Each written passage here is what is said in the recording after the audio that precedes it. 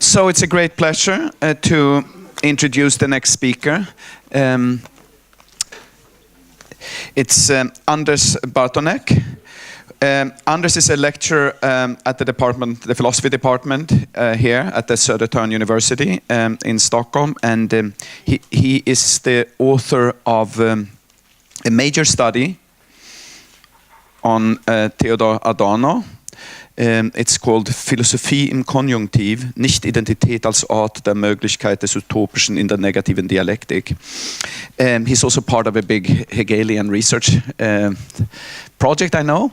And he will speak on a theme which I believe is very close to your book. The paper is called The Future of Saying No, the Non-Identity and Incompatibility of Critical Theory. Please, Anders.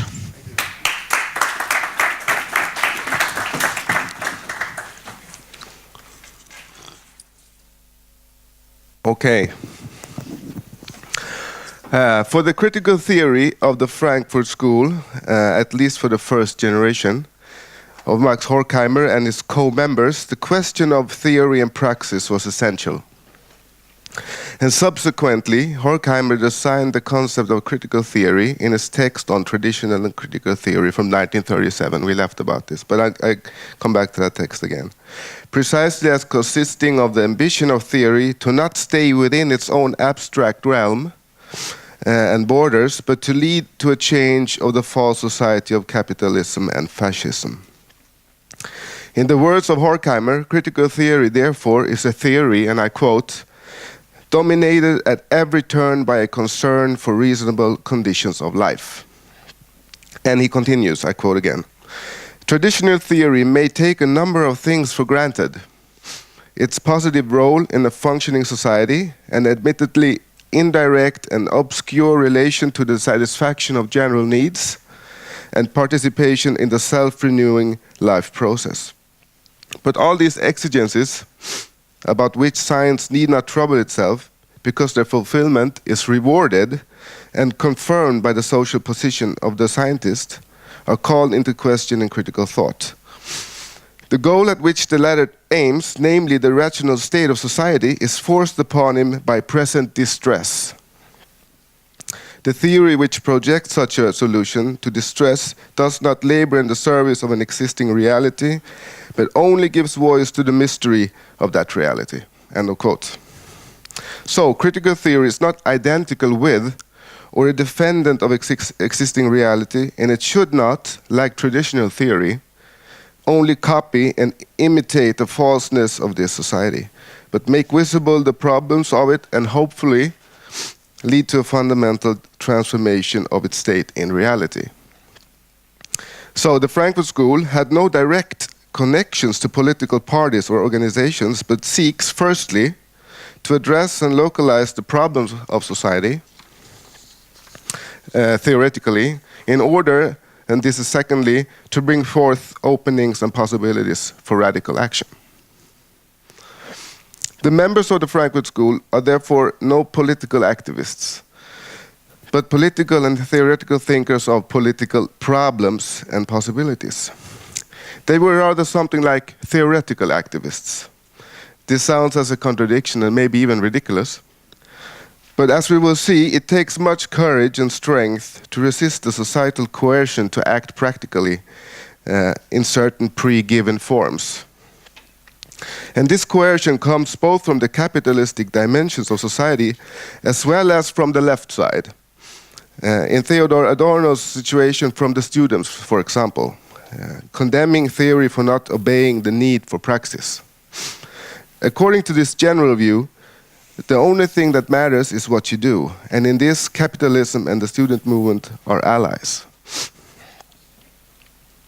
And an important characteristic of the early Frankfurt School is precisely the double nature of, on the one hand, designing theory with the final end of transforming society, and on the other hand, criticizing the pressure to act within predominant society, actions which then are parts of the society in need for change. Adorno is the member of the Frankfurt School representing this double-sided attitude to the largest extent. And this presentation will also be about Adorno and his understanding of theory and of its relation to praxis and to society. In Adorno, the relation of theory to praxis is even more cautious than within the critical theory tradition in general. Adorno's view on praxis is very ambivalent and can be seen to dwell in the tension between the absolute necessity of a transformative praxis and his analysis of the society as blocking every form of such praxis or reducing it to mere forms of pseudo-activities, on the other hand. Because the necessity does not make praxis more possible, but the difficulty of reaching genuine political praxis does not make it less needed. And the cunning dimension of society is precisely its character of simultaneously forcing the human beings to be practical and at the same time blocking radical and liberating praxis. And when it comes to the theme of society being capable of blocking, or rather making political praxis harmless, one can also refer to Herbert Makua, another of the most famous early members of the Frankfurt School, who in his late and maybe most famous book, One-Dimensional Man from 1964, distinguishes two main tendencies in the industrial and capitalist societies, which at the same time are contradictory to each other. Firstly, so Makua writes, and I quote, "Advanced industrial society is capable of containing qualitative change for the foreseeable future," end of quote. But on the other hand, and secondly, he claims, and I quote again, that forces and tendencies exist which may break this containment and explode the society. End of quote. So this points at the general problem for radical action as well as its possibility, how small it might be. There are possibilities for change in society, but society also have methods for undermining this change. So that's the point. And in general, I think Adorno would agree with Makua in this statement. But Adorno has a more cautious position about the possibilities. And he's more focused on preventing and not getting seduced by tempting pseudo-activities, as he calls them, appearing more fruitful and effective exactly because there are pseudo-activities. They're not changing anything, Adorno would say. But Adorno is not saying that political praxis is impossible. In that case, he would not have written a word, I think. But he is critical towards everything which can be understood as the wrong way forward, and which thereby rather would be strengthening the predominant state of society, because it suggests that change or the possibility for it already is here. And the list for such wrong ways forward is long, containing, for example, pop music as such, jazz music as such, some classical music, Stravinsky, for example, the practical ambitions of the student movement in Germany, as well as, for example, Heidegger's philosophy.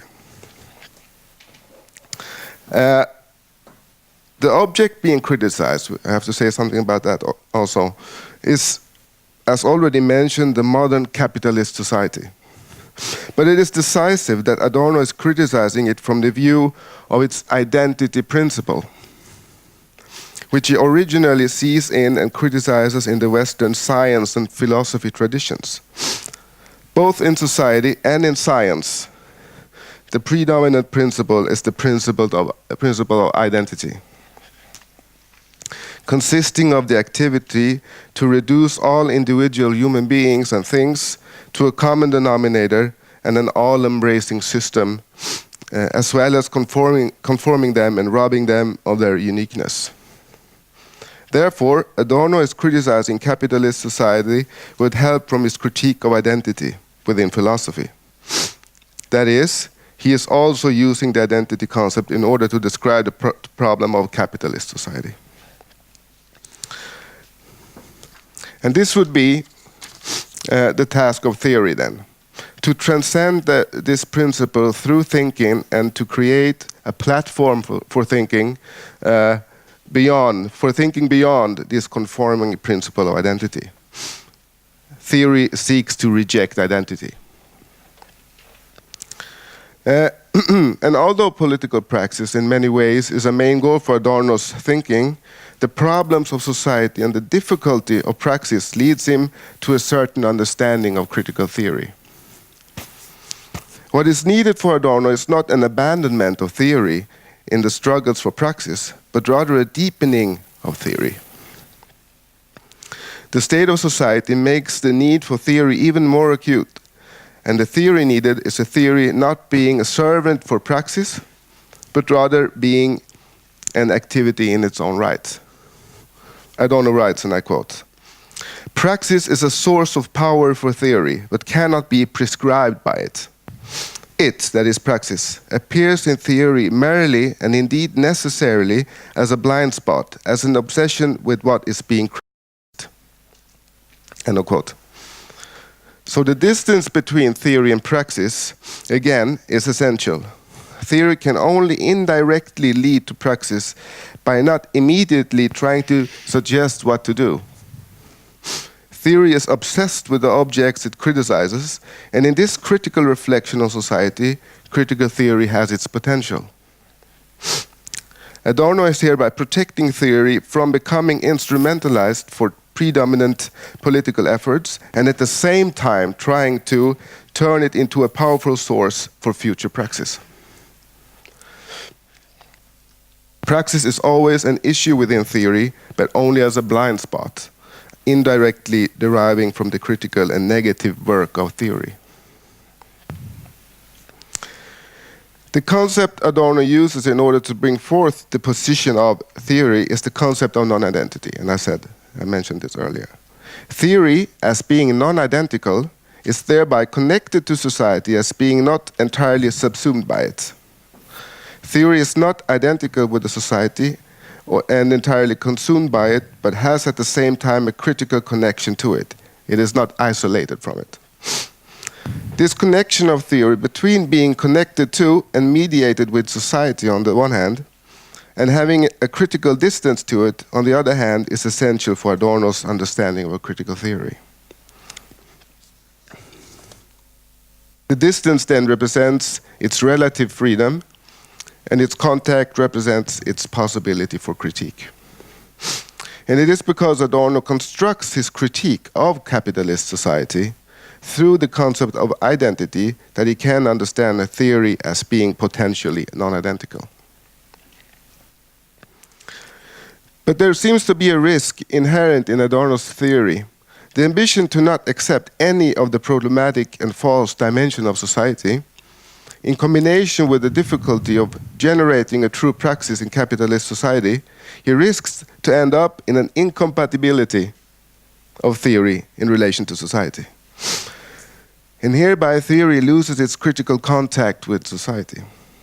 But the positive dimensions of such an incompatibility must be understood from within Adorno's refusal to deliver any type of constructive critique in order to improve capitalist society. But it nevertheless delimits the possibilities of critical theory. And it is this tension between the non-identity and the incompatibility of theory that I want to discuss. So these two positions. The first part of this presentation will therefore deal with the non-identity of critical theory, and the second part will address the risk of Adorno ending up in a position of incompatibility in relation to society. And for this end, I will refer mainly to Adorno's late philosophy, and mainly his book Negative Dialectics from 1966, and the text Marginalia to Theory and Praxis from 1969. So, in this first part, I will address the questions what Adorno means by the concept of non-identity, in what way theory is non-identical, and lastly, what it means for theory to be non-identical regarding the possibility for praxis. To begin with, what is non-identity and the non-identical in Adorno's philosophy? This concept has mainly three dimensions. Firstly, we have the non-identity between subject and object, between thinking and reality and theory and praxis. This aspect of non-identity has its main aim in underlining the fact that the subject and object are not identical at the same time, and it at the same time contains a critique of certain philosophical and political traditions claiming they are one with their objects. But in reality they are, in Adorno's eyes, only making the objects into slaves under their mastery. This dimension of non-identity has the purpose to defend reality from theory. And this is of course also always this of course also always is a part for Adorno's reflection on the possibility of radical action. Theory must not be instrumental, not even for the sake of freedom. Secondly, we have the non-identity within the subject or theory itself, highlighting that the subject is not a closed unity system, but rather in itself contains this conflict between subject and object. Horkheimer and Adorno's discussion of Odysseus in Dialectic of Enlightenment is a good example of this, when they show how Odysseus' subjectivity is depending on his control over his inner nature. Along with this, capitalist society forces the human beings to instrumentally suppress their inner nature in order to be able to be functioning members of the society. The subjects become non-identical then with themselves. Thirdly, we have the non-identity within the object and reality itself. In this case, Adorno points at how reality and the individual things are hindered in capitalist society due to its nature domination to develop themselves on their own terms. For example, the inner nature of Odysseus is blocked from developing and flourishing. Hereby the object, or in this case the inner nature, is not identical with itself. It wants to become something else. For us, the two first dimensions are of most importance. Theory as a subjective dimension of society is non-identical with the objective reality of society, meaning that it is a part of society, but also ungraspable by it. If theory is critical, it is non-identical. When it comes to the second part of non-identity, of the subject within itself, one can highlight the possibility for the subject of both becoming aware of its nature domination and realizing how deeply connected it is to nature, although this inner split in the subject initially is making nature domination possible. But ultimately, this non-identity within the subject gives it the ability to transcend the society whose principle is nature domination.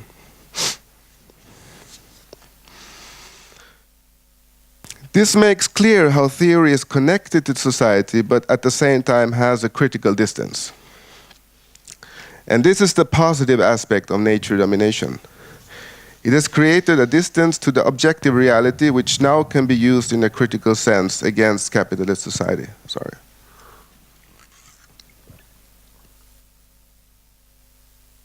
But maybe it even can achieve more.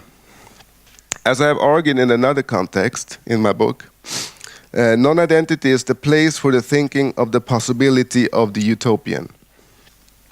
Although there are, of course, no guarantees for a practical success. But by reaching a position of being non-identical, I think this is what Adorno is trying to say. Theory has the double role of being able to criticize itself and society, and being the place for thinking and opening up the possibility of the utopian. Adorno's theory is mainly negative, but contains also these more positive dimensions. But this possibility is, of course, a very fine line. It must not be overestimated. This was, for example, the case with the student movement in Germany. Regardless if the historical situation in Germany at that time really carried a possibility of change or not, the students, according to Adorno, turned the idea of radical action into a compulsion to action. But this only turned into pseudo-practice, a denunciation of theory, and made the problems worse and harder to identify. Adorno writes about the danger of desperate action and how it tends to make it worse. I quote, The dialectic is hopeless, that through praxis alone is it possible to escape the captivating spell praxis imposes on people, but that meanwhile, as praxis, it compulsively contributes to reinforcing the spell, obtuse, narrow-minded, and the farthest removed from spirit. End of quote. Although the need for radical action and change is extremely acute for Adorno, he still says, and I quote again, false praxis is no praxis. End of quote. And the denunciation of theory becomes a weakness in praxis. Desperate action is irrational. And the students are once again an example of this. I quote again. Today, once again, the antithesis between theory and praxis is being misused to denounce theory. When the student's room was smashed because he preferred to work rather than join in actions, on the wall was scrawled, "Whoever occupies himself with theory without acting practically is a traitor to socialism." It is not only against him that praxis serves as an ideological pretext for exercising moral constraint. The thinking denigrated by actionists apparently demands of them too much undue effort. It requires too much work, is too practical. Whoever thinks offers resistance. It is more comfortable to swim with the current even when one declares oneself to be against the current. End of quote. So theory as such is already a praxis of resistance. And we need not less theory, but more. And also, in Adorno's view, the times when he himself had any impact on society, it happened through theory alone. But this, as being non-identical with reality, and as refusing to engage in praxis just for the sake of it, turns the perspectives of theory into saved and unrealized promises. And in the beginning of negative dialectics, Adorno formulates his diagnosis of the state of philosophy. I quote, "Philosophy, which once seemed obsolete, lives on because the moment to realize it was missed." And a little later he writes, "Having broken its pledge to be as one with reality, or at the point of realization, philosophy is obliged to ruthlessly criticize itself." End of quote. Theory is seemingly waiting, here we have the waiting theme, waiting for its moment to have an impact on society. And this might be the dilemma of theory. It needs to seek to become identical with reality, but must simultaneously protect itself to become realized in the wrong way. So Adorno needs to seek openings for action, but also to close itself in order to survive as long as radical action is not possible. It is the dilemma of all or nothing. In this sense, Adorno risks to become entirely incompatible with predominant reality and losing the non-identical contact with it. This can turn out to become a mutual lockout between theory and reality. But maybe this is not entirely negative. Is the future of critical theory a future of incompatibility? Is it the future of saying no?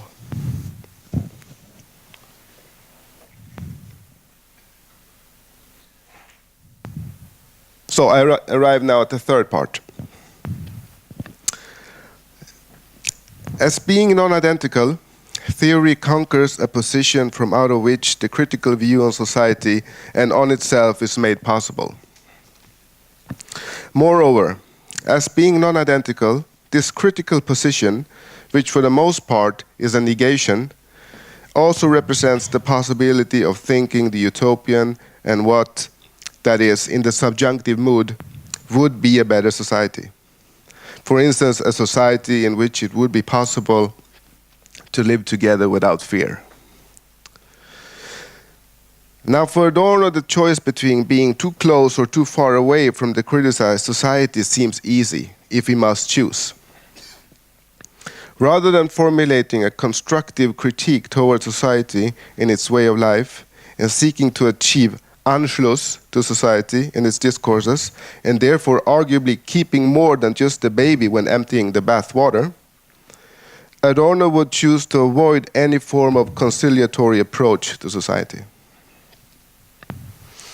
But the reason for this choice is, in Adorno's eyes, and I have mentioned this already before, is that society is very much blocking the possibility for a fundamental transformation of it. In Marginalia, he writes that, and I quote, "Whereas praxis promises to lead people out of their self-isolation, praxis itself has always been isolated. For this reason, practical people are unresponsive, and the relation of praxis to its object is a priori undermined." End of quote. At the same time, it creates hate towards those not accepting the offered platform, such as Adorno, and forces the critical thought, in order to suffocate it, to choose between the inside or outside. You're either in or you're out. In his text, Essay as Form, Adorno describes the choice in these words. I quote, "The person who interprets instead of unquestioningly accepting and categorizing is slapped with the charge of intellectualizing as if with a yellow star. His misled and decadent intelligence is said to subtilize and project meaning where there is nothing to interpret. Technician or dreamer, those are the alternatives." In German, end of quote. In German, the words are Tatsachenmensch und Luftmensch, between which one has to choose. That is, between being a human being of facts or a human being of air.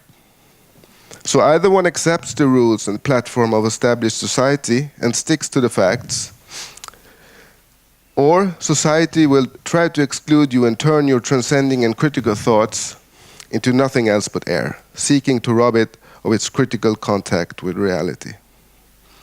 Because of this, critical theory becomes incompatible with society. For society, it is nothing but air. But for Adorno's thinking, it is no option to become a theory of facts in order to overcome this air status of critical thinking. But of course, it is a problem being reduced to writing air theory. One can say that Adorno oscillates between being more optimistic about the possibilities of theory and being more pessimistic about it. When being more optimistic and acknowledging its own critical and non-identical contact with society, he sees how he has an effect on it, of course only through theory itself. I have already mentioned this, but I quote now, "Wherever I have directly intervened in a narrow sense and with a visible practical influence, it happened only through theory. In the polemic against the musical youth movement and its followers, and in the critique of the newfangled German jargon of authenticity, a critique that spoiled the pleasure of a very virulent ideology by charting its derivation and restoring it to its proper concept." End of quote. But when being more pessimistic about the possibilities, Adorno develops images of theory as an expression of its desperate action in a world entirely closed for its influence. And this is what I have called the incompatibility of theory. One example of this is when Adorno in Marginalia describes theory with the following words: "Despite all of its unfreedom," this is a quote, "theory is the guarantor of freedom in the midst of unfreedom." End of quote. In German, Adorno uses the word Statthalter, arguably saying that theory is a defending of a sanctuary of freedom in a state of unfreedom, without the direct possibility of expanding this limited realm. Another example of this desperate and incompatible understanding of the role of theory in capitalist society is the image of a message in a bottle, a Flaschenpost.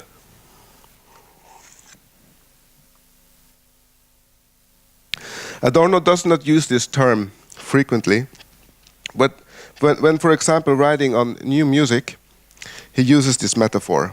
For Adorno, no one wants to have anything to do with new music, as he writes. It remains unheard without echo. It finds its only happiness in recognizing unhappiness.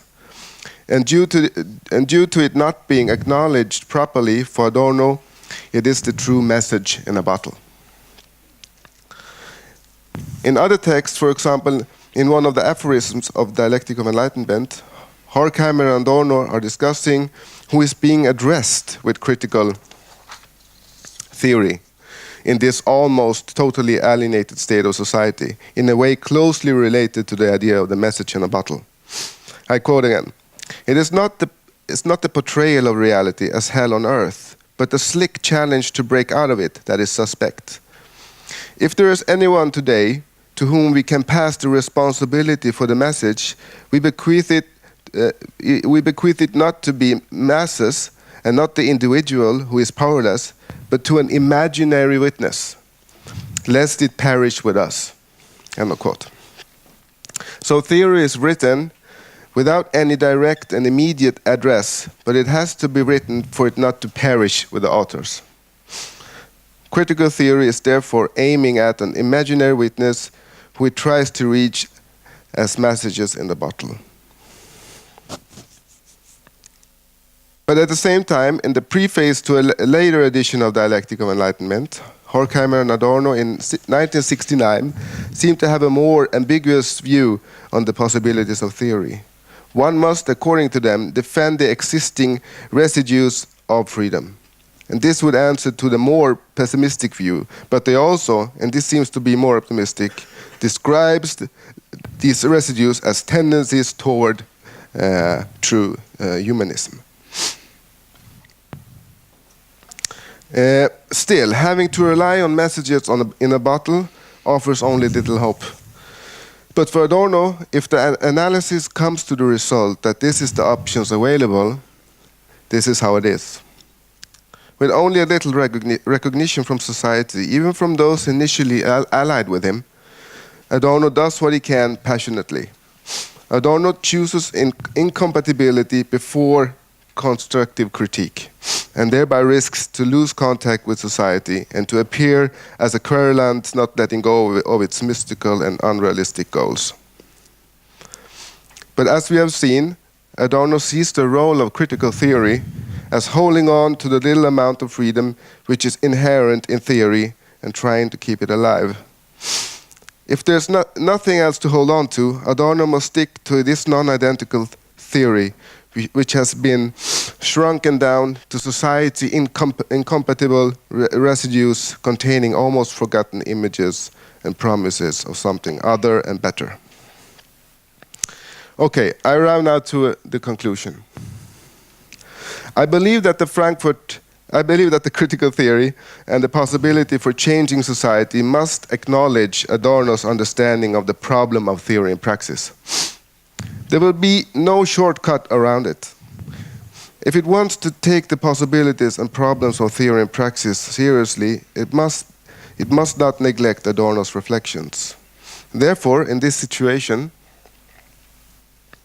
where it seems far away for a radical theory to establish a link to radical action, and capitalism arguably is even stronger than during Adorno's lifetime, the future of critical theory might be stuck in the activity of saying no. It is hard to decide in what ways current theories are non-identical in the fruitful critical sense discussed above, or incompatible in the more limited way, but nevertheless, the critical theory as a heritage coming from Adorno contains the risk of becoming non-constructive and incompatible with the object it criticizes, since Adorno would never choose a path in which he saw the confirmation of the false. But does this mean that the future of critical theory is a future of saying no? Is this what critical theory will have to be about? And if so, would that be a problem? Yes, because it would have to put on hold its programmatic ambitions to have a practical effect on society. Or the only ways of trying to have an effect would necessarily be blind as messages in a bottle. But if the critical theory would keep itself to a negative attitude of saying no, mainly in order to prevent itself from engaging in pseudo-free activities, this would come across as an easy way out. Would the critical theory then entirely abandon the imperative of radical action and its theorists become self-sufficient meditators?